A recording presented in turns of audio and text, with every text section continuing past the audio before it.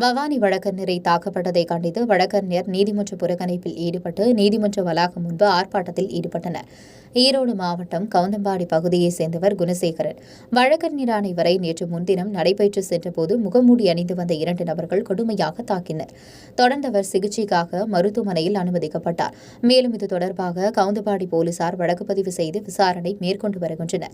இந்நிலையில் பவானி வழக்கறிஞர் சங்கம் சார்பில் வழக்கறிஞர் தாக்கப்பட்டதை கண்டித்து நீதிமன்ற புறக்கணிப்பில் ஈடுபட்டதோடு தாக்கிய நபர்களை உடனடியாக கைது செய்ய வேண்டும் என்றும் வழக்கறிஞர்களுக்கு பாதுகாப்பு அரசு வழங்க வேண்டும் என்றும் வலியுறுத்தி பவானி நீதிமன்ற வளாகம் முன்பு ஆர்ப்பாட்டத்தில் ஈடுபட்டனர்.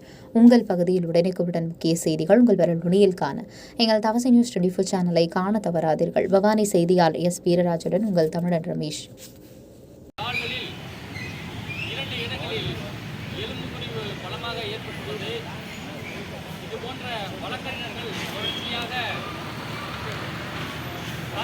தாக்கப்படுவதும்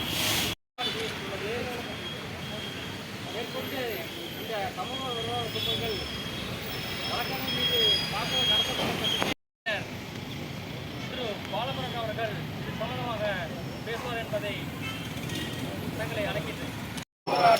வழக்கறிஞர்கள் ஆர்ப்பாட்டம், சட்டம் ஒழுங்கை பாதுகாக்க, வழக்கறிஞர்களை பாதுகாக்க போராட்டம் புறக்கணித்து பவானி வழக்கறிஞர் சங்கத்தின் சார்பாக ஆர்ப்பாட்டம். தமிழ்நாடு அரசே நடவடிக்கை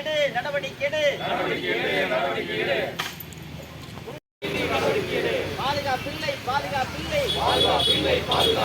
சட்டத்தை பாதுகாக்கின்ற வழக்கறிஞருக்கு பாதுகாப்பில்லை. வழக்கறிஞர்களுக்கு பாதுகாப்பில்லை. தமிழ்நாடு அரசே காவல்துறையே நடவடிக்கை வழக்கறிஞர்களை தாக்குவது ஏற்றுக்கொள்ள முடியாது. வழக்கறிஞர் சமுதாயம் பாதிக்கப்பட்ட மக்களுக்கு சட்டத்தின் துணை கொண்டு பாதுகாப்பு வழங்குவது வழக்கறிஞர்களை சமூகத்தை பாதுகாக்கும் வழக்கறிஞர்களை பாதுகாக்க பவானி